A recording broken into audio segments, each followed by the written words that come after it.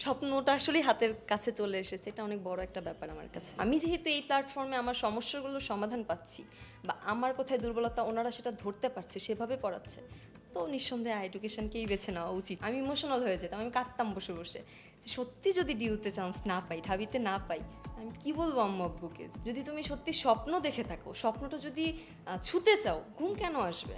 স্বপ্নটা সঠিকভাবে দেখতে হবে, তাহলে কখনোই ঘুম আসবে না। কারণ আমার যেটা মনে হয়, অ্যাডমিশন জার্নিতে যে যত বেশি এক্সাম দিবে, যে যত বেশি রিভিশন করবে, ঢাবি তত তার কাছে না। এত কিছু হচ্ছে, আমি চান্স না পেলে আমি যাবো কই? আমাকে চান্স পেতে হবে। তার মধ্যে আমি তিনটা জিনিস সবসময় ভাবতাম যে এরকম হলো যে আমার সব ফ্রেন্ডরা চান্স পেয়ে গেল, আমি পেলাম না, বিষয়টা আমি কিভাবে মেনে নিব, একটা ব্যাপার থাকে। তারপরে দ্বিতীয় আরেকটা থাকে যে হ্যাঁ আমি ফেল করে গেলাম, দেখলাম যে রেজাল্টের দিন দেখলাম আমি ফেল করছি, এটাও তো মেনে নেওয়া আসলে সম্ভব না। তারপরে এমন হলো যে আমি আসলে চান্স পেয়েছি কিন্তু সাবজেক্টটা আসলে আমি আমার মন মতো পাইনি।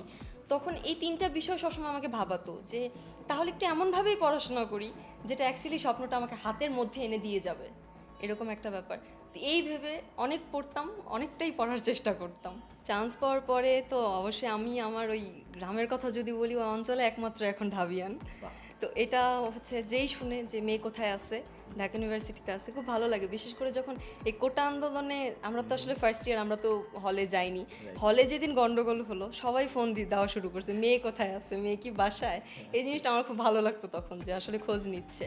আর এখন দেখা যায় স্কুলের জুনিয়র, এলাকার যত জুনিয়র আছে, পরিচিতদের আঙ্কেল আন্টিদের ছেলেমেয়েরা সবাই এখন আসে যে ওকে একটু গাইডলাইন দিও, কোনটা করলে ভালো হবে, তুমি কোথায় কোথায় ছিলে, এই বিষয়গুলো জানতে চাই। এটা খুবই খুবই ভালো লাগে। আর বিশেষ করে যখন আমার মাকে ফার্স্টে এসে বলে যে আমি একটু মেয়ের সাথে কথা বলবো বা কি, তখন আম্মুর চেহারাটা সত্যি মানে দেখার মতো না, ওটা খুবই ভালো লাগে, একটা শান্তি কাজ করে তখন। আর অ্যাডমিশন জার্নিতে আইডি ডিঅ্যাক্টিভ ছিল, একটা ফেক অ্যাকাউন্ট থেকে আমি ক্লাস করতাম, আর যেটা আমি আজকে রিভিল করলাম। এতদিন সবাই জানতো আম্মুর আইডি, বা আমার একটা ফেক অ্যাকাউন্ট ছিল। তো সেখান থেকে আমি মূলত এডুকেশনের ক্লাসগুলো করতাম।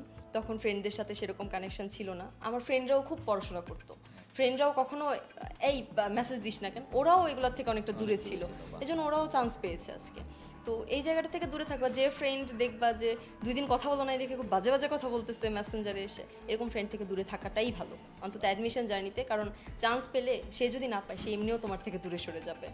অনেকে আছে ফোনে এত বেশি অ্যাডিক্টেড হয়ে যায়, হ্যাঁ অবশ্যই ফোন চালাও, ব্যাপার না, কিন্তু সেটা যেন আসলে পড়াশোনার ক্ষতি না করে। বন্ধুত্ব অবশ্যই থাকবে, কিন্তু সেটা যেন পড়াশোনার ক্ষতি না করে। এই দুইটা জায়গা যে অনেক বেশি সচেতন।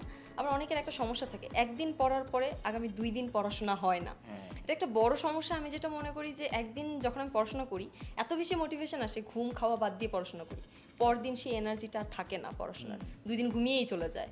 তো দেখা যায় পরবর্তী 2-3 দিন পড়া হয় না। আমি অনেকের কাছেই শুনতাম যে দোস্ত একদিন পড়লাম, আর তো পড়া হচ্ছে না। আমার এরকম কখনোই হয় নাই, রোজ ওই যে একটা নির্দিষ্ট টাইম ছিল, 6টা টু রাত 12টা, এই টাইমে আমার যা করার, ওই 12টার পর আমাকে কেউ পাবে না, আমি ঘুম। সর্বশেষ জুনিয়রদের উদ্দেশ্যে একটাই কথা বলা, ওই আমি আগেও অনেক টপিক এনেছি, রেগুলার পড়াশোনা করতে হবে, অন্যের রুটিন ফলো করা যাবে না, নিয়মিত ক্লাস করো। কোনো কারণে যদি ক্লাস মিস হয়, অবশ্যই সেটা পরে রেকর্ডেড ক্লাস করো।